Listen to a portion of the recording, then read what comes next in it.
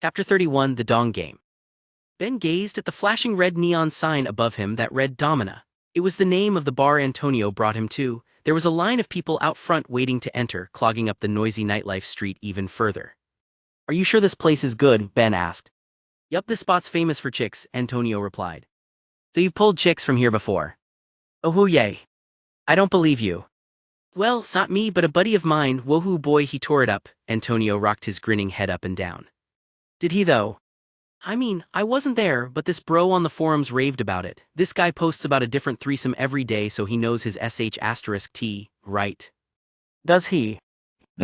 Antonio dropped his smile. "Okay, look, you know I turned 21 not long ago, so I'm not clued into Manhattan bars that much. Let's just see how it goes."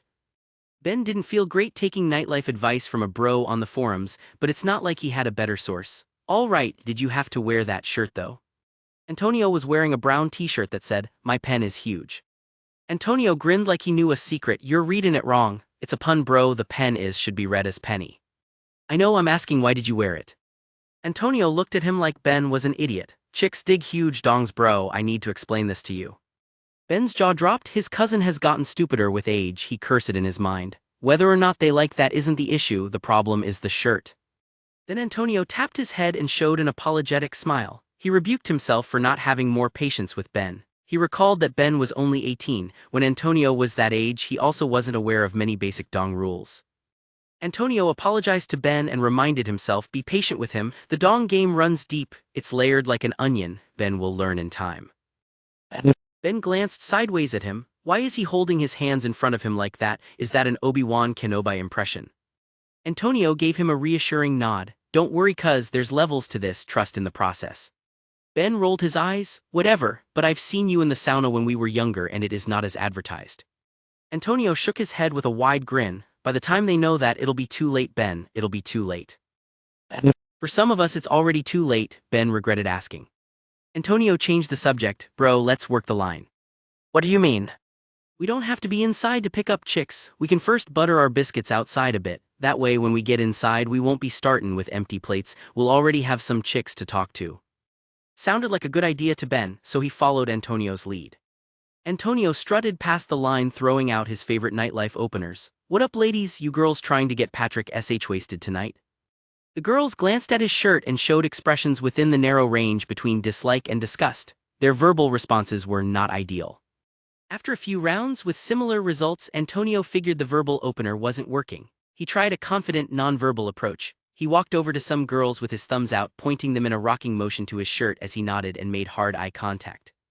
A few minutes later, the two of them waited online. Ben patted Antonio's back, consoling him. I bet the lighting out here is the problem. Let's try again inside where there's better lighting. Yeah, you're right, I'm sure that's it. Antonio raised his head again. Ben thought the lighting should be better inside. Hopefully it'll be dark enough where no one can see that shirt. After a while they reached the front of the line. It was time for the ID check. Ben took out the Club Rat fake ID, taking a last look at the old grimacing troll on the front. According to the system, this would get him inside. He didn't see how, but it cost 500 points. If it didn't work, he'd sell it on eBay to try to recoup his losses from Danny DeVito fans. With a nervous smile, Ben handed the ID to the bouncer. As the bouncer looked between Ben and the ID, Ben bent his knees and puffed his cheeks to look more like the photo, but it was all for nothing. It worked. The bouncer didn't give the ID a second glance, letting Ben through right away. It's really a magical alchemy item, Ben told himself as the gate of truth tore away a chunk of his dignity. Ben followed Antonio up a set of gray stone stairs to the bar. With every step closer, the blasting music grew louder. When they stepped through the large wooden doors onto the dark dance floor, the boom of the music became overwhelming. Men and women filled the space, laughing and shaking their bodies. Antonio leaned over to Ben to whisper something in his ear, but Ben couldn't hear a word of it. The music was loud, but that wasn't the reason. Something else was ringing in his ears, capturing all his sensory attention. It was a system alert. Dungeon instance detected. Special event initiated. Chapter 32, Dungeon Instance. Dungeon instance detected. Special event initiated for user's first dungeon run. Ben's eyes popped out as he peered around. The bass from the speakers thumped in his chest. The heat from the dancing and drinking patrons washed over him like a wave as he tried to acclimate. Yet no matter where he looked, he didn't see any goblins or orcs running around. What dungeon? This is a damn bar. Special event, slaying biddies and adventurers, double rewards for the next 3 hours. After this alert, Ben flipped his script. What bar? I was blind but now I see this is clearly a dungeon. You would call it Hogwarts if it meant double rewards. Despite the lack of monsters, this bar domina was unusual. Although it had everything a normal bar did, there was a dominatrix or S&M theme, decorated with lots of black leather, whips, and sharp metal spikes. Is that why the system considered it a dungeon? Ben squinted. I just hope slaying is a metaphor. Antonio brought him back to earth with an elbow nudge to the arm. Bro, have you ever done night game? Ben shook his head. Antonio realized Ben had never been out to a nightlife venue before and understood Ben needed to learn the basics first. Okay, cuz it's like this, approaching women at night is different. If you see a chick by herself, you can open her like normal, but at night very few people are alone, most travel in packs. This causes many more issues. For example, let's say there are two chicks and you open one of them. What do you think is gonna happen? Ben shrugged. What'll happen is regardless of how much your target likes you, her friend will pull her away, effectively blocking your C***CK. Antonio's face became solemn. This is the dreaded ancient practice of C***CK blocking you may have read about in history textbooks, but in modern times, scholars now understand the psychology of these villains. Antonio gave off the aura of a philosopher in a D***CK t-shirt. The reason for the C***CK blocker's dark path, she doesn't want to be alone. Get me? If you occupy her friend, the other chick's going to be left by herself, which is a nightmare to a woman. On top of that, the C***CK blocker can also become jealous of the target because they're getting all the attention. Ben processed this new information. Speaking over the loud music, Antonio continued. That's why we call any group a set, and the ones that are not your target chick, the potential blockers of the C***CK, we call them obstacles. Think of obstacles like mines that if not diffused will blow your setup. Obstacles, the word seemed too appropriate to Ben in this dungeon instance. Yay, try opening some sets yourself first so you'll know what I'm talking about. I'll tell you what to do. So far you've mostly been opening chicks who were alone, right? Ben nodded. He opened some groups to practice public speaking, but those never went very far. All his success was with solo girls. Okay, so before you were using single target openers, but now you're going to use group openers. It's important you open all the chicks in the set together, not only your target. Otherwise the obstacle will trigger a timer and eventually explode. That means your opener also can't be too direct on one chick. It has to be an indirect opener for the group, some question or comment to get everyone to take part. Ben understood. He came up with some ideas. Right, so you open the set and then once you're stuck in, you work on diffusing the obstacle. You do that by chatting them all up first and even giving the obstacle more attention. Then once she's diffused, you can focus on your target and hope the obstacle will go off and do her own thing. Ben got the general point. Okay, I'm going to try it. Ben scanned around for a group of two girls in the corner at a small round table. He saw two girls talking. He made his approach. Hey girls, Ben greeted. The two girls looked up at Ben, waiting for him to continue. Group opener, a question that includes both of them, he reminded himself. Who's the bigger slut? Ben needed to choose his target and sluttiness was his key factor. He wagged his finger from one girl to the other, doing eeny meeny miny mo. He expected one of them to stop his finger at the correct answer, but his answer never came, not with words anyway. He dodged a drink. What's with that opener? Antonio yelled. It's basic math, they can't both be the same level of slut, Ben defended himself. Why ask them who's sluttier at all? Or ask what looks and personality. I'm not that shallow, I only care about sluttiness. Antonio's mouth hung open, he was speechless. He felt there was a pearl of sage wisdom to the words, but somehow the logic seemed flawed. He made a suggestion. Okay, that opener didn't fly, ease up a little bit. How about you try something different? Instead of a question, try a comment.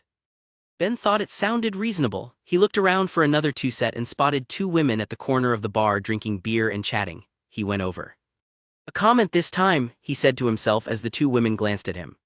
Of the two of you, Ben paused, showing a confident smile, one is a bigger slut, that one would be. You did eeny meeny miny mo again, Antonio shouted. It's called using body language, take a speaking class and you'll know about it, Ben responded. Antonio rubbed his temples. Aight, it's clear you're not ready to make up group openers on the spot. Ben sighed. Fine, even though those sets bombed, he made an important discovery. Now that I consider it, the system should have some hidden stats. My drink dodging skill has improved by leaps and bounds. The young hero's growth motivated him to continue exploring this treacherous dungeon. He was becoming more powerful. Chapter 33, Diffusing Obstacles. You guys look like you're having the most fun out of anyone here. Ben opened two women at the bar using the line Antonio gave him. Yay, we are, the cute one said as they both chuckled and looked at him. He chatted both of them up with jokes, keeping it friendly, not focusing on his target. Choosing a target was easy in this set. One was cute and one was a 310, unacceptable by both system and man. Things were going well. The three of them laughed and conversed over 5 minutes. Then the cute target excused herself to make a phone call outside, leaving the obstacle with Ben. Ben considered his next move. Okay, we've been talking long enough, now's the perfect chance to defuse the obstacle. He put on a warm smile and moved closer to whisper something in her ear. The woman giggled, expecting another funny joke. Listen, pig, your friend is mine, this is life or death for me, so you best get the F***ck out the way. Antonio gave Ben a gaze mixed with fear and respect. "'Cause did you really say that? That was too much." Ben agreed. "I know, right?" Her response was too much. She didn't have to scream like a stuck pig, it was just a little joke threat. Ben made a nervous laugh. The 8 days deadline had him on edge. He reassured himself, "I'm a good guy, it was a joke, he was just kidding mostly." After the failed deactivation, the obstacle screamed and the bouncers almost kicked Ben out. They only backed off after Antonio appeased them by saying it was a joke gone wrong, somehow diffusing the situation. Things were not going well so far, but there was one bright spot: he gained an achievement. "Congratulations, you've unlocked the achievement, Forever Dry Uncommon, dodge 3 drinks thrown by different women within an hour. Distributing reward, PUA points plus 200. Distributing reward, PUA points plus 200 event bonus. 400 points, the double rewards were worth every drop. What else can I get women to throw at me?" It was the birth of a dodging master. Ben had 750 points now, enough to redeem a mystery box. Whatever he got could help him make more points over this special event, so he excused himself to the bathroom to try his luck. "Last time I did an unboxing in a men's room, I got a trash banana peel. I hope the bathroom isn't a factor." Bathrooms were seldom places one struck a fortune. Ben walked into the small bar bathroom. Dungeon safe zone detected. "What am I safe from? The monster biddies?" Ben shook his head. He couldn't understand how this system viewed the world. Still, it made him curious about what other secrets this dungeon held. Ben entered a stall and went shopping. "Make me feel goo?" Ben almost sweet-talked the system again, but stopped when he realized there were 2 issues. First, there were half a dozen guys outside who Ben was certain were staring at his stall now. Second, on the last occasion of his bathroom pillow talk, the system didn't show him love. Snort, "I won't kiss your cold butt cheeks." Since she didn't appreciate him, he wouldn't sweet-talk her anymore. Ben didn't waste any more time and bought a mystery box. "Give me something to get through this obstacle course of sluts." Instead of the system, he prayed to any higher being he could think of: Odin, Zeus, and Shrek. In essence, Ben's belief was for sale to the highest bidder. Small light show later, and he looked down at a 6-colored treasure. It was a propeller hat, a multicolored baseball cap with a spinning plastic rotor on top. "No, there must be something special about this." Ben read the description. "Propeller hat item common X1, it's a hat. Oh, there is one special property. If you push the propeller, it provides spinach, suitable for dogs and deranged humans." F***ck? Ben slammed the cap into the ground. As he was about to leave, he looked back, then sighed. "In my platoon, there'll be no items left behind." A hero willing to rescue a propeller hat became qualified for the Derpal Star. Seeing Ben leaving the bathroom, Antonio approached him. His eyebrows raised when he saw the multicolored hat hanging out of his pocket. "Sick propeller hat, cuz, did you have that before? Why haven't you been peacocking that this entire time?" Ben wanted to curse. "Because I don't want to die a virgin in a week, that's why." Noticing Ben wasn't interested in the topic, Antonio talked about something else. "All right, back to business then. That last approach was no good, man. You need to take a softer attitude when diffusing obstacles. It's like a bomb, you need to be gentle or it'll just explode and blow your C***ck off." Ben listened. "How do you diffuse them then?" "Make them like you, be nice and befriend them, then they'll be less likely to block you." Ben nodded. "Makes sense, although I wish you told me that before." "Yay, a friend wouldn't threaten you." He decided to try something else. "Okay, I'm going in again." Ben opened another 2-set standing by a window. Like last time, his opener went well. He chatted with them, becoming part of the group. Some minutes later, his target turned around to say goodbye to a couple she knew. Ben noticed this opportunity. He was alone with the obstacle. "This is my chance. Defuse the obstacle, become friends with her. You want to go play Halo? Or we could pick up girls." "What happened?" Antonio was asking why the obstacle pulled the target away and left with a disgusted expression. Ben's face revealed loneliness. She didn't want to be friends. He looked back in her direction. Mobile gamer scum. Chapter 34, Manhwa. "We're switching to Plan B," Antonio declared. "Plan B?" Ben asked. "You're not ready to run groups solo, but it's no big deal. We'll just run groups together then. That's Plan B. With the 2 of us, the way to defuse the obstacle will become simple. One of us will occupy her. That's the purpose of a wingman." Ben agreed. "I'll take the wingman's oath." Antonio continued. "It'll work like this. I'll open a set while you ninja where they can't see you. Once I'm stuck in, I'll call you over to join us. Then you come in like a sexual shuriken. I'll be standing closer to my target so you'll know who I'm going for. Then you'll focus on occupying the other chick. That way each of us will get one and in effect there'll be no obstacle." Ben's eyes beamed. Brilliant plan. Antonio showed a proud smile. Then they got to work seeking a good 2-set. Antonio signaled Ben that he found one before going in and opening two girls ordering drinks at the bar. Ben waited by the DJ booth watching Antonio do his thing. From his angle, Ben couldn't see the two girls well, but he trusted that Antonio's judgment wouldn't be too bad. A few minutes later, Antonio signaled him with a wave and Ben walked over to join the group. Ben smiled as the distance shortened, preparing to engage the spare girl Antonio wasn't working on. He said his target would be the one he was closer to.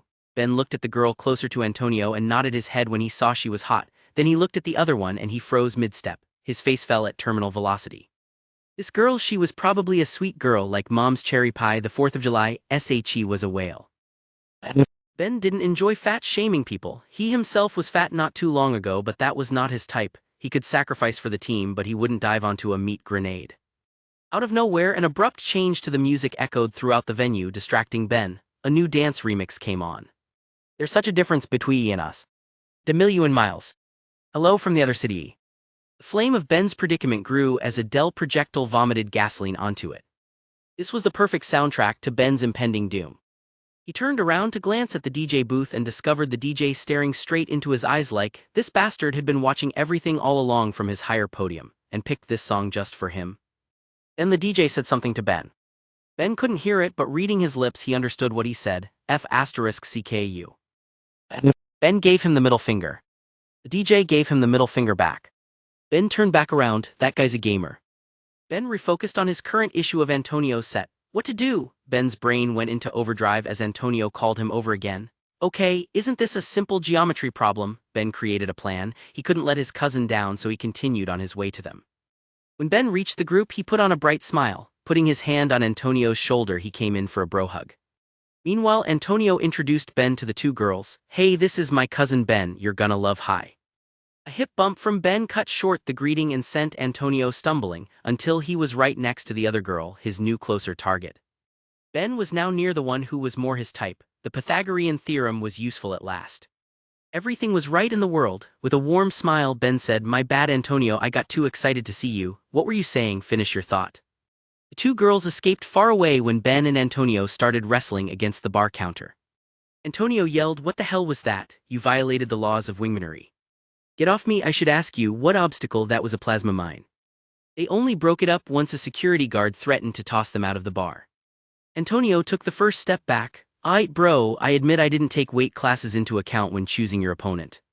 Ben also retreated. "I may have speed, but I don't have the power needed to put a heavyweight down. I also apologize for tagging myself in without warning."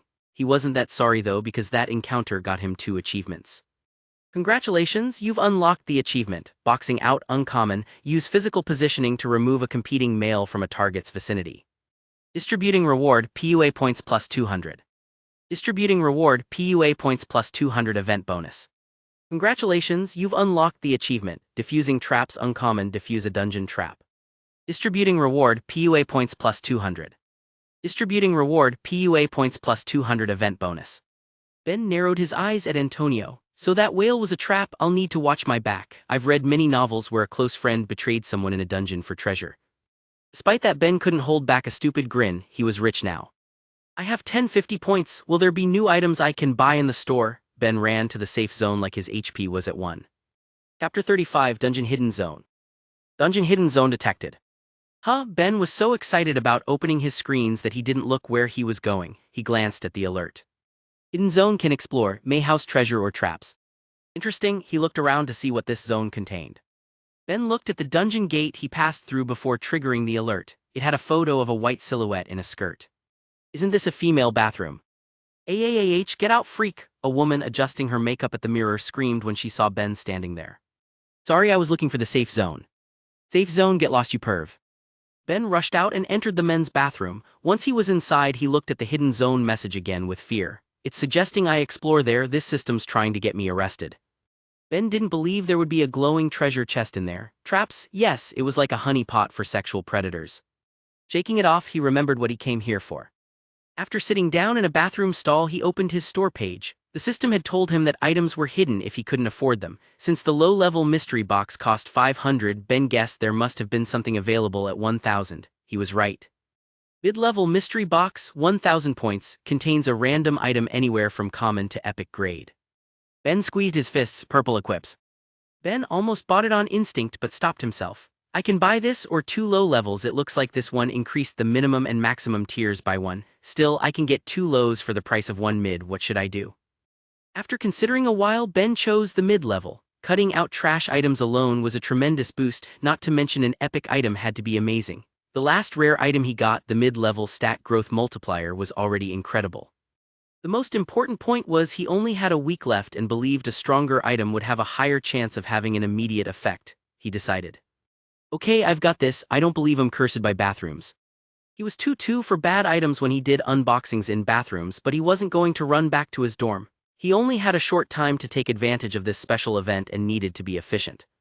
3rd time's a charm. No longer hesitating, he purchased it. 1,000 points disappeared from his balance. Several seconds later, a sky blue box with a white question mark appeared in Ben's lap. Licking his lips in excitement, he opened it. The light with this box was different than the low level. It was softer with a light shade of blue. When it shined on Ben, he had a subtle feeling like he was floating in the ocean. Once the light receded, Ben glanced down to find a small black spray bottle. Bad luck perfume consumable, rare X1. Spray this on one person to give them very bad luck for 2 minutes. I said 3rd time's a charm and it gave me a bad luck item. Is the system trying to be ironic? Also, it seems shabby for a rare item. Whatever, it's still rare. I'm sure it'll come in useful.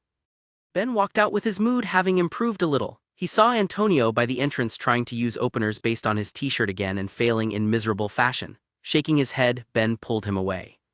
Antonio spoke. Hey cuz, look, let's not fight anymore. That won't get us anywhere. You know, before I opened that set I should have told you about the fat friend theory. What's that? It's the theory that all hot chicks have a fat friend. Is that a theory? Are you sure that's not a scientific law? Well, you know, it's in the same boat as evolution. In science, the definitions of the terms theory and law are complicated. There's a lot of politics involved and I'm not gonna get into it. Point is, the 2 chicks like to travel together to make optimal use of space. Makes sense. Having said that, the fat friend in that last set might have been bending the theory a little too far. Her mass was bending the theory, gravity, and causing a disturbance in the force for sure. Antonio shrugged. All sets aren't like that though. From now on, let's do it this way. I'll try to keep a certain minimum standard on both chicks. Though know this, the one who opens the set gets dibs on first pick. That's the wingman's ancient code. Antonio lowered his head and gave Ben a dignified stare. Ben nodded in agreement. Got it, let's go again then. Aight team. Bentonio commented to smash. Ben frowned. What's that? That's our team call sign, bro. Ben grimaced. He couldn't bring himself to kill his cousin's enthusiasm though, so he forced a smile. Sure. Antonio spotted 2 hot girls grinding against each other. His eyes went wide. 2 8-balls at the edge of the dance floor. I'm going in. Being the more experienced one, Antonio did the opener again. Looking over at the 2 beauties grinding against each other, Ben gulped. These 2 were better looking than anyone either of them had spoken to yet. If he could turn either of them into a lead, it would make the entire night worth it even if he failed everything else. His eyes flared with excitement. He didn't yet know that in a dungeon, greater treasure comes with greater challenges. Chapter 36, Pigs Get Roasted. I can't believe this is going so well. Ben was chatting up one of the 2 hot girls that Antonio opened. The group of 4 were dancing and chatting. So far, everything was perfect. When Antonio opened them, they warmed up to him right away. Then he signaled Ben over and it became a 2-on-2 with strong cooperation between the cousins. There was no need to compete when both girls were so attractive. Antonio whispered into Ben's ear, Bro, we should bring these 2 to your dorm. They seem down. Ben also thought so. These 2 were local NYU students with fake IDs like him. Their dorm was far away and they seemed very easygoing and into him and Antonio. Ben found it hard to believe, but he thought something might happen with these 2. Too bad for Ben, but nightlife was a fickle club slut. As the 4 were dancing together, getting ready to escalate things, a snarky female voice emerged from behind Ben and Antonio. Becca, Jamie, why are you 2 dancing with these 2? Ben turned around to find a girl he hadn't seen before. She was short, overweight, and had a rough face, but as he scanned her clothes, he saw they were all top luxury brands. He could also smell alcohol on her breath even from a distance. Carla, the 2 girls with Ben greeted the new girl. Ben's girl walked over and exchanged kisses before pointing to Ben. They're nice. These are Antonio and Ben. Ben held his hand out to greet Carla. She looked down her nose at his hand and grimaced. Then she turned to Ben's girl and said, You, I don't talk to losers and I definitely don't touch them, okay? I can tell they're poor from looking at them. Why'd you want to meet here anyways? This place is full of bridge and tunnel trash. The music here is good, Ben's girl replied, now blushing. It's sh*t, let's ditch these 2 and go somewhere better. My friend's promoting and will bring us into VIP at Latrine. Ben raised an eyebrow. Did she say she's going to a club called Latrine? Sensing things were moving downhill, Antonio whispered to Ben, "Bro, this new chick is about to wipe out our set with a C***CK blockalypse." Ben narrowed his eyes. He wasn't one to cause trouble for people, but if they insulted him first and for no reason, he wouldn't take it lying down if he had a choice. "Don't worry, I have an idea. I'm going to preempt her with a C***CK blocker." Ben put his hands in his pockets looking for a particular item. When he found it, he put on a warm smile and walked around Carla while she scowled and gave him the stink eye. Stopping near the girl he was chatting with before, Ben whispered a few words to her, then went back to Antonio. "What happened?" Antonio asked. Ben didn't respond. His left hand in his pocket gripped the bad luck perfume he unboxed earlier. Consumables disappear on use. The perfume was still there, so Ben hadn't used it. "Of course I can't use an item like this on her. I'm not sick in the head. She's only a random obstacle, a girl in a bar. My parents taught me better." "What did you do?" Antonio asked. "A diplomatic approach," Ben answered. "Oh, was it something you said to your chick? What did you say?" Ben didn't respond. He waited. Diplomacy takes time. Carla screamed as her legs flew forward from under her and she fell hard on her back. She also knocked over a tray from a passing waitress with her flailing arms, which sent several drinks pouring all over her. She rolled on the sticky, filthy bar floor trying to find which way was up. Some people even stepped on her by accident. There were shoe prints on her clothes. She looked at her heels and discovered the culprit. "Why is there a F***seeking banana peel on the floor?" Ben spread a villainous grin from ear to ear as he asked Antonio, "Did you like my diplomatic approach?" Of course Ben wouldn't use the bad luck perfume on her, but it wasn't because he didn't dare, but because the item was too expensive. Cost-effectiveness and ruthlessness, that's how Ben did diplomacy, he learned from House of Cards. "Like I said, I'm not that evil to waste hard-earned points. That swamphog can eat a trash banana peel though. I can afford that sacrifice." "Oh my god, my Versace dress, it's ruined." Right then the DJ put on a new track.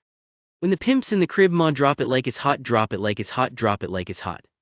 Everyone nearby cackled at Carla. Even her two friends tried to hide their chuckles. The timing of the song was too perfect. While playing Snoop Dogg's track and waving one hand in the air, the DJ used the other hand to keep scratching back the song back. It was like he wanted to repeat the most suitable line for Carla's situation. "When the pigs try to get at you. When the pigs try to get at you. When the pigs try to get at you." Carla kept falling down over and over because her heel was stuck in the banana peel. By coincidence or not, the DJ timed the rhythm of the verse to each drop. Anyone who held back laughter before could no longer stand it. The entire club exploded like a volcano. Only after a fierce struggle with gravity did Carla manage to stand up. She looked around and saw everyone guffawing at her. "Shut up!" she screamed as she ran to the bathroom with the banana peel still hanging from her heel. Snickering themselves, her friends followed her. Ben sneered as the noob rage quit. Super Mario Kart 2017 Champion B***UF***CKED with the wrong one. Ben didn't fail to represent his title. It was unfortunate that the two hotties left with her, but Ben didn't care because he got something better. "Congratulations, you've unlocked the achievement. Creativity fuels the future. Fine, use a system item in an unorthodox way to defuse an obstacle. Distributing reward, PUA points plus 500. Distributing reward, PUA points plus 500 event bonus. Exchange a trash banana peel for 1,000 points. Time for another mystery box. Francis Underwood would be proud." Chapter 37, Dungeon Event Mini-Boss. "Quit playing games with my points, tilde na na na na na na na na with my points, na na na na na na na na baby, my points, my points." Ben was looking down at the blue mystery box, singing his modernized version of Backstreet Boys' "Quit Playing Games" to the system in his head. He figured if he tried something new on occasion, at some point he'd tickle the tsundere system on the right spot. After a deep breath, he unboxed it. A few seconds later, he held a new system item. "First, she attempted to turn me into a criminal. Now she wants to make me an addict." Green pack of cigarettes was in Ben's hands. "Lucky Clove cigarettes item, fine, X20, temporarily increases the smoker's luck a little while smoking." Ben didn't enjoy smoking, but he wouldn't catch lung cancer before the system killed him in 8 days. "I'm not sure how useful a little luck is going to be, but there's 20 of them, so it's not bad." He walked back out to the main area of the bar and noticed Antonio was talking to a single girl on a black leather couch. Lucky guy, he found a girl alone. Antonio was right earlier that very few girls were alone in bars. It made things more difficult because of dealing with groups, which Ben learned the hard way today. He felt the cigarettes in his pockets. Well, not much time left, might as well try these and see what happens. Ben went to the smoking section, which was an open patio area at the back of the bar he'd spotted earlier. Upon entering it, he noticed there were a few chairs and heating lamps, but the biggest feature of this area was the open night sky, and of course the ability to smoke. Smoking indoors was long prohibited in New York. The loud music retreated to the sounds of light conversation and system alerts. Dungeon hidden zone detected. Another hidden zone, Ben shrugged. He didn't have a lighter, so he asked a guy who was smoking to borrow one.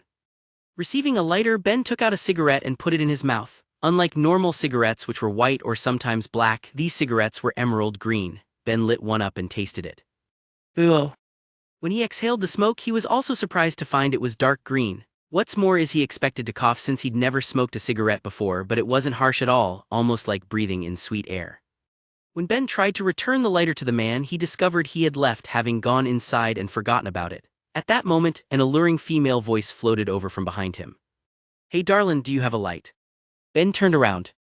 "Oh," is all that came to his mind. If he had to describe this woman's appearance in one word, it would be provocative. Everything about her style was snappy and revealed so much skin that Ben almost made a loud gulp. She had chin-length white hair with deep red eyeshadow that caused her to stand out like a fox. A black low-cut dress exposed her large cleavage. It lured Ben like a warm bed he had an urge to dive into.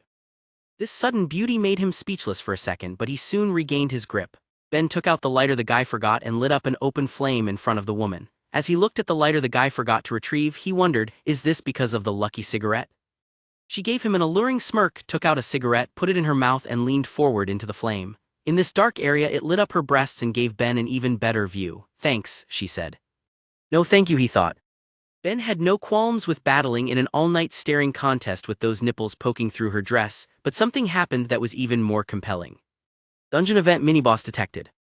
Ben searched around. At the moment, only the two of them were in this area. He looked back at the woman. "Is it her?" Ben tried to make sense of it and developed a guess, so he asked her to find out. "Do you work here?"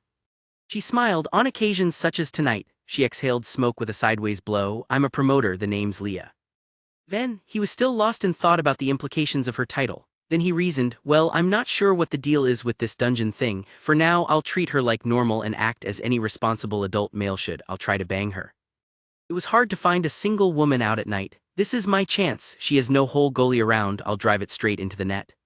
He turned on the charm. "How often do you work here?" 2 nights a week. Honestly, this bar doesn't have suitable parties that often. Rest of the time, it's dead as dinos." Ben smirked. "Since you said honestly, does that mean when you don't say that you're lying?" Leah blinked a few times. She didn't know how to answer, so she responded with a sexy smirk of her own. She leaned her head to the left as her eyes glistened a bit at Ben now. "Maybe." Target's current attraction level, curious. "I'll need to be careful around you then," Ben teased. Several minutes later, their laughter reverberated through the entire section. "If I can raise her attraction level a bit more, maybe I could go for a number." Their cigarettes already went out, but Leah looked at Ben with a coquettish glance before pulling out another one. As she was about to ask for another light, something interrupted them. A third party walked out into the smoking section. "Babe, there you are." A huge muscular man strolled up from behind her. When he saw she was talking to Ben alone, his eyes became cold. Hostile adventure detected. Chapter 38 Dungeon Break. "Come on, we're going back in," the hulking man ordered Leah. Her eyes betrayed a trace of annoyance, but she put away the unsmoked cigarette. "I've gotta go, bye," she waved to Ben as she walked inside. Her boyfriend didn't follow her. He stayed in place staring at Ben. When she was out of sight, he issued a threat. "Don't let me catch you talking to my girlfriend again, you little douche, or I'll *CK you up." After leaving those words with a menacing glare, he followed behind her.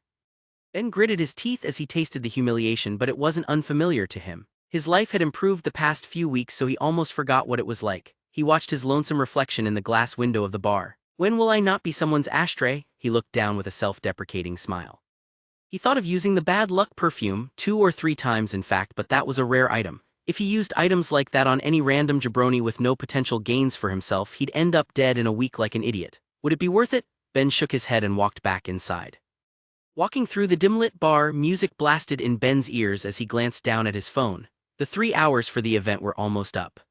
"Cuz," Antonio lifted his arm and shouted to get Ben's attention. He was leaning on the bar now. Ben walked over and asked, "How'd you do with that girl you were with?" "Good, got digits. How about you, any luck?" Ben swept his teeth with his tongue and shook his head.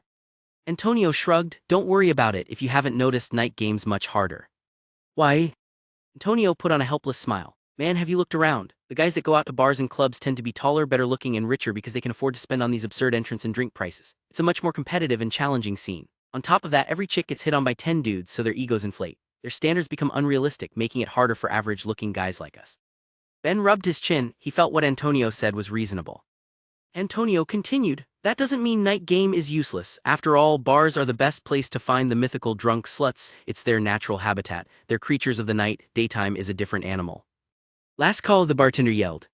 The 3-hour limit on the special event only had a few minutes remaining and the two of them were exhausted, so they went outside first before people crowded the exits. You want to do this again tomorrow? Ben asked. He'd be out every night from now on until he cleared his death mission.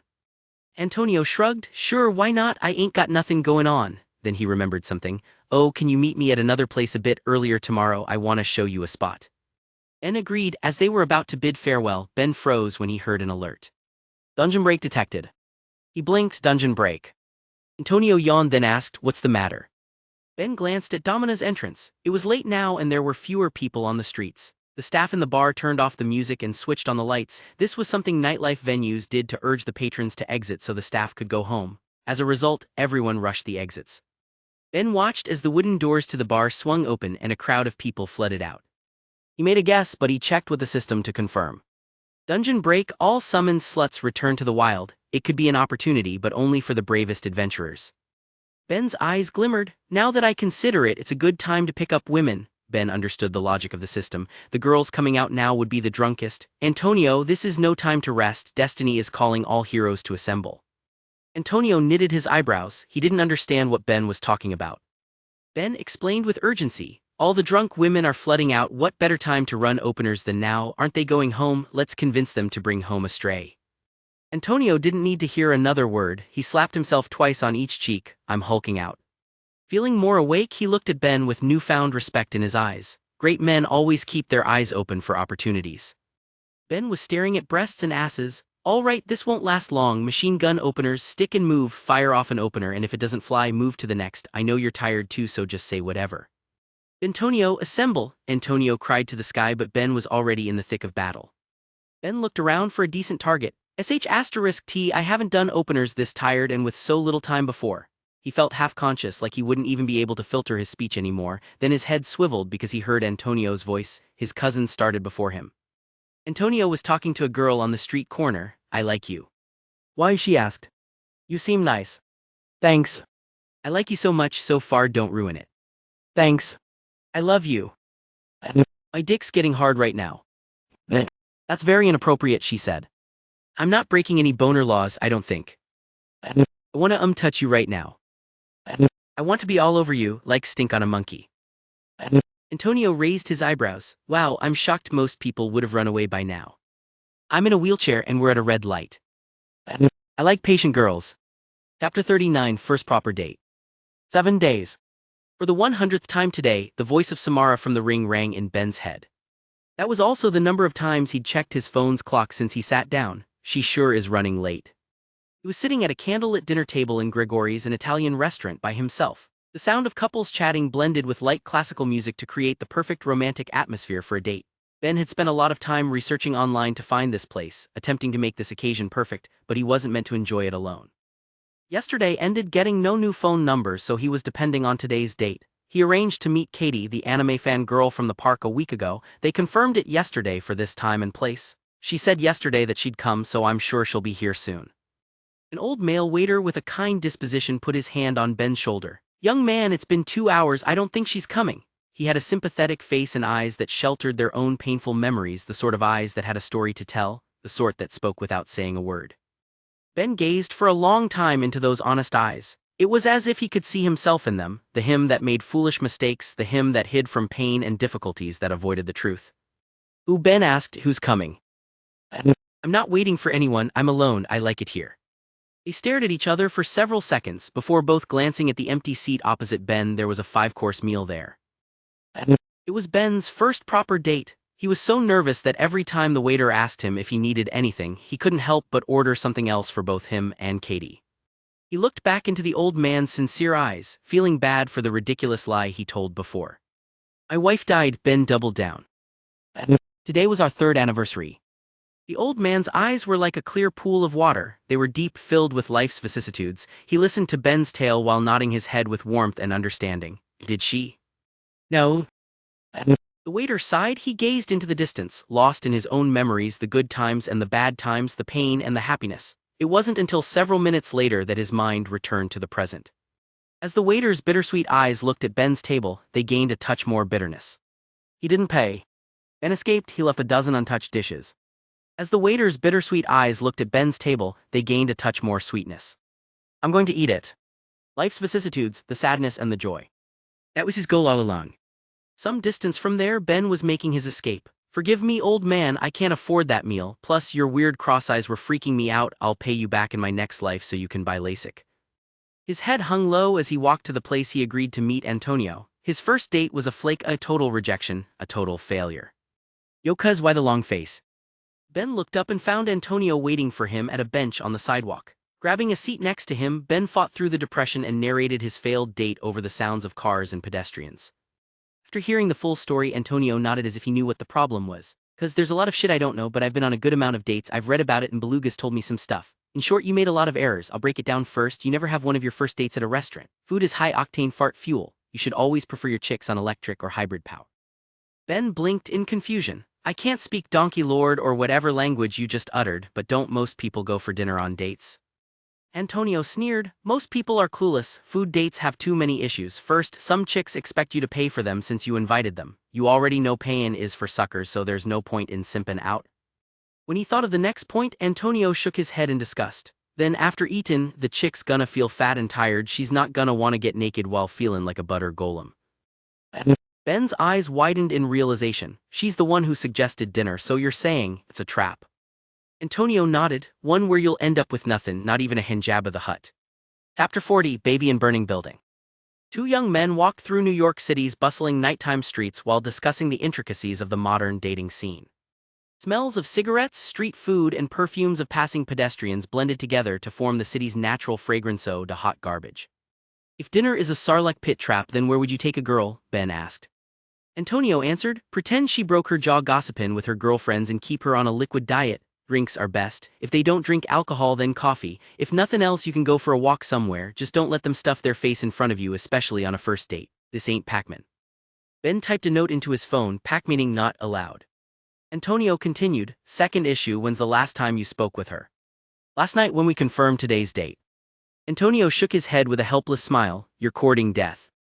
Ben's right eye twitched. Ever since he introduced his cousin to Asian web novels, he's been picking up random Xianxia terms and using them in normal conversation. Antonio explained, bro, you've got to understand that most chicks have the attention spans of toddlers. If you don't want to get flaked on, remember this word, confirmation. You need to get confirmation the day of the date and more than one. It ain't as simple as it sounds. In general, texting and calling chicks is like playing checkers. There are all kinds of errors you can make where any of them will queen her. That'll be game over for you. Ben released a stressful sigh, so is this lead dead? Antonio's face showed a smirk. Maybe not, I'm gonna teach you how to beat any girl in checkers. You'll use a favored tactic of the greatest strategists of ancient history. His smirk distorted into a scheming grin. Cheat. Some would frown upon that word, but Ben wasn't one of them. He loved infinite gold hacks. This was a flavor that matched his appetite. He listened with more focus than in any class since he started college. Ben's attitude satisfied Antonio, who believed future prospects with women would improve depending on two characteristics: how eager you were to learn and how little shame you had. In these characteristics, Ben was a top prospect. Antonio needed to take proper care of this baby Yoda. Antonio said, if setting up dates is like a checkers game, then all you gotta do is flip the board around. I'm not following your metaphor. Antonio chuckled. Look, society expects guys to pursue chicks, not the other way around, right? In that scenario, she's the prize. That puts you at a natural disadvantage. As any good wargame vet knows, the defender has the edge, so if you play by the rules, you'll always be fighting an uphill battle. Lucky for us, this battlefield is one of perception. The roles of attacker and defender ain't set in stone. So all you gotta do is reverse the roles and become the prize yourself. So I should become a pinata. Antonio shrugged. If you want, now that I think about it, a pinata doesn't work a day in its life. So I have to hang from a ceiling while a gang of children beat me into a hate crime victim. No, then you can be the candy. I'll only end up in a chubster kid's stomach. Shut up, you're ruining my metaphor. Look, my point is, you've gotta flip things around so it seems like you ain't the one chasing her, even though you are. If you play it well, you can even make her chase you. Ben didn't know Antonio was so clever. While his ears filtered out the loud honking cars in the background, he pondered the concept. Antonio stopped walking and turned to Ben. She thinks she flaked on you, right? That is, if she even remembers you had a date. I'll show you a move as an example. Give me your phone. Ben handed Antonio his phone and Antonio typed a text message. On the other side of town, Katie was at her hair salon getting a trim. Beep, her phone emitted a new message alarm. She picked it up and saw the sender. Oh, it's that guy I talked to yesterday, Ben. Wait, didn't we have a date today? I totally forgot. Oh well, guess I flaked on him. Whatev. Then she read the text. My bad I couldn't make it, hope you didn't wait there long, had emergency, baby in burning building. Katie raised an eyebrow, is he saying he saved a baby in a burning building? She was confused, but intrigued, so he flaked on me, now she was even more intrigued, a guy has never flaked on her. Baby in burning building, what am I, Superman? Ben yelled. Nah, that's ridiculous, Superman wouldn't care about a single baby, he's economical, if you ain't in a bus or plane you're going in the river, Antonio replied. You made me sound crazy. Antonio laughed. It was a line that was both funny and interesting. More important is she won't know if we're kidding or serious. Confusion is the name of the game. If you can keep a chick confused about you, she'll keep thinking about you, making you the prize. Trust me bro, it'll work, that'll hook her. Beep. The two of them gazed at Ben's phone as it got an alert. It was a text message from Katie. Ben glanced at Antonio who was still smirking, then he read the message. No probs, we can resched, tell me about this baby. Ben gasped before shouting baby in burning building. He believed he discovered a hack to the Matrix. Shut up, you're scaring away the customers, the hot dog vendor at the side screamed at Ben. Ben didn't care, his heartbeat sped up as he repeated the line in his head. He knew what he needed to do now to be popular with women, it was obvious, even a toddler would get it. He'd become a superhero.